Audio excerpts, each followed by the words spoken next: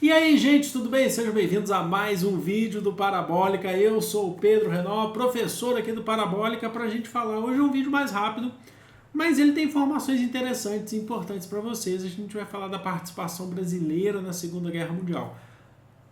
É um vídeo mais rápido porque eu vou passar informações de uma forma mais rápida, didática para vocês, mas a participação brasileira é super importante na Segunda Guerra Mundial, certo? Então já se inscreve no canal se ainda não for inscrito e curte esse vídeo, que tem história geral, Brasil, filosofia, sociologia, muito conteúdo completo para o Enem. Bom, e demais vestibulares, né? Para começar, a gente precisa entender que o Brasil tinha uma posição que até certo momento foi uma posição de tranquilidade em relação à Segunda Guerra Mundial, que expõe os conflitos ali de 1939 até 45 entre os aliados e o eixo que era formado por Alemanha, Japão, Estados Unidos e Itália. O Brasil tinha uma posição neutra e tem um motivo do Brasil ter uma posição neutra. O Brasil era um parceiro da Alemanha, tanto no sentido da Itália e da Alemanha, né? Tanto uma proximidade política, mas também uma proximidade comercial. O Brasil tinha relações comerciais com a Alemanha, por exemplo.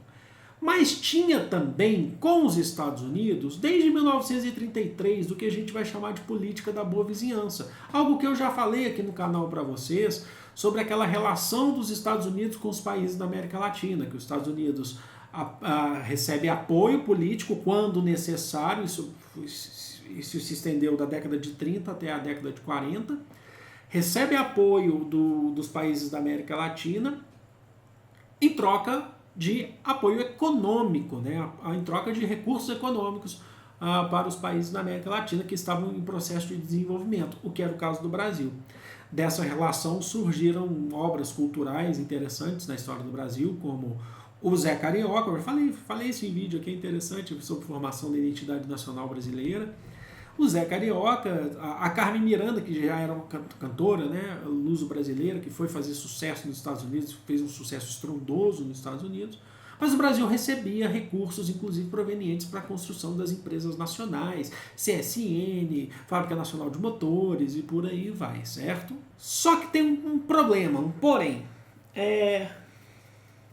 A Alemanha, os Estados Unidos sofreu um ataque de Pearl Harbor do Japão naquele dia 7 de dezembro de 1941, o que foi decisivo para a entrada dos Estados Unidos na Segunda Guerra Mundial. Ela já ia entrar, mas teve esse ataque que antecipou um pouco a sua entrada na Segunda Guerra Mundial. Sofreu o ataque de uma das forças do eixo, o Japão, na base naval de Pearl Harbor, em Honolulu, no Havaí.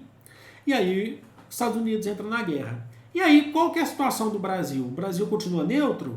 Sendo que você tem agora dois países que são parceiros comerciais em guerra, os Estados Unidos de um lado e a Alemanha do outro. A Alemanha, impaciente com o Brasil, mantendo relações comerciais com os Estados Unidos agora um inimigo da Alemanha prático na guerra, a Alemanha fica impaciente com o Brasil e passa a pressionar o Brasil. E essa pressão vem através de naufrágios de navios mercantes brasileiros pelo Oceano Atlântico. Foram vários navios brasileiros que foram afundados por submarinos alemães para pressionar o Brasil. Porque o Brasil continua com a política da boa vizinhança com os Estados Unidos, mas ao mesmo tempo também é parceiro comercial da Alemanha, né? O Brasil continua parceiro comercial dos Estados Unidos, mas ao mesmo tempo é parceiro comercial da Alemanha. Como é que fica essa relação? Isso vai ser decisivo para a entrada do Brasil na guerra, afinal de contas agora ele está sendo atacado pela Alemanha. E aí vem a declaração de guerra contra o eixo. Em 1943, através de uma relação do Brasil com os Estados Unidos já proveniente para entrar na guerra, é criada a FEB, Força Expedicionária Brasileira, que enviou cerca de 25 mil soldados para a Itália para o conflito mundial. 25 mil soldados. A FEB foi criada exclusivamente por esse processo de guerra, tá bom? Mas também, e eles tinham aquele símbolo da cobra fumando, porque diziam, né, agora a cobra vai fumar porque o Brasil vai entrar na guerra. Eu sempre digo isso, que o melhor do Brasil é o brasileiro, né? O Brasil, a gente arruma, né, cada coisa. No meio de um caos desse, a gente ainda consegue ter esses logotipos mais tirando sarro, né? E teve a primeira divisão de caças, né, do Brasil também, que chamava, na verdade, até lendo aqui para você, o primeiro grupo de aviação de caça, e o símbolo, o slogan, né, o slogan era Senta a Pua, que é basicamente como se um soldado brasileiro, esse grupo teve inclusive treinamento no Panamá, com soldados americanos, para poder ir para a Segunda Guerra Mundial. E quando você tinha lá o Senta-Pua, é tipo, você tá no caça, procurando inimigos, e aí a torre você avista um inimigo e fala, achei um alvo. Aí a torre fala, Senta-Pua, metralha. Então, os símbolos são bem interessantes aí dos soldados brasileiros da Segunda Guerra Mundial. Foram enviados para a Europa, além de também patrulhar o Oceano Atlântico para evitar novos naufrágios de navios, né? Novos ataques, na verdade, de submarinos alemães. E no Brasil, o território brasileiro, o que a gente tem? Nós temos a criação de uma base naval americana, Parnamirim Field, em Parnamirim, proximidades ali, Natal, no Rio Grande do Norte, região muito importante aí para a Segunda Guerra Mundial, porque é considerado, o Nordeste brasileiro é considerado o que a gente chama de trampolim para a Europa. Europa e África, onde estão acontecendo os conflitos, parte dos conflitos da Segunda Guerra Mundial. Então foi criada uma base ali que era responsável por monitorar, ela foi, se eu não me engano, a maior base no período dos Estados Unidos, base naval fora dos Estados Unidos, era responsável por monitorar o litoral e também para receber soldados americanos. Cerca de 10 mil soldados americanos chegaram nessa base, passavam por uma parte de treinamento final e dali partiam para a Europa. Ou seja, isso está ligado à relação aí da política da boa vizinhança. O Brasil se abre para os Estados Unidos e recebe uma base americana aqui para a Segunda Guerra Mundial.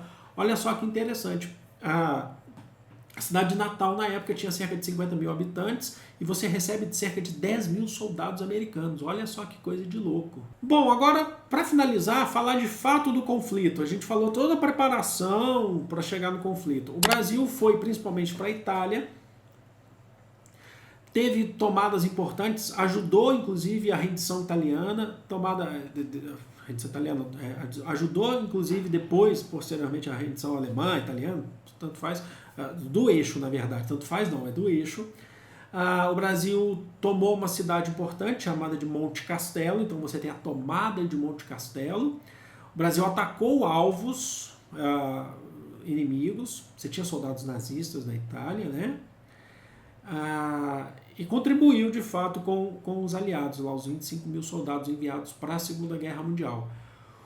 Somando ao final, a gente sabe que a história, os aliados saíram vitoriosos, ao final somaram aí cerca de 500 mortos no Brasil, de soldados brasileiros, e 12 mil feridos, daqueles 25 mil que a gente falou aqui.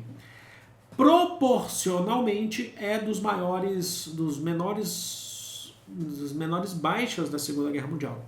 Lógico que isso foi potencializado pelo governo Vargas, a gente vive uma ditadura no Brasil, isso foi potencializado, o Brasil teve dos menores números de baixas, mas os Estados Unidos mandou mais de milhões de soldados. Então, para o Brasil que manda 25 mil, é normal que você tenha menos, normal não, é óbvio que você vai ter menos baixas do que 25 mil. Mas isso não inibe ou isso não tira a importância da participação do Brasil na Segunda Guerra Mundial, construção da base, e da Itália, tomada de cidades, ataque a alvos, entre outras coisas, certo? Então, o Brasil teve isso, teve desfile no Brasil, teve comemoração, ritos cívicos, militares, e a gente sabe a consequência disso, que os soldados brasileiros, ao retornarem, muitos olharam para o próprio governo brasileiro, o próprio exército olhou para o governo brasileiro e se passou a opor o governo brasileiro de Vargas, que era uma ditadura, e fica contraditório. Nós fomos para a Segunda Guerra Mundial para combater ditaduras nazi-fascistas, olhamos para o Brasil, temos um governo inspirado nessas ditaduras.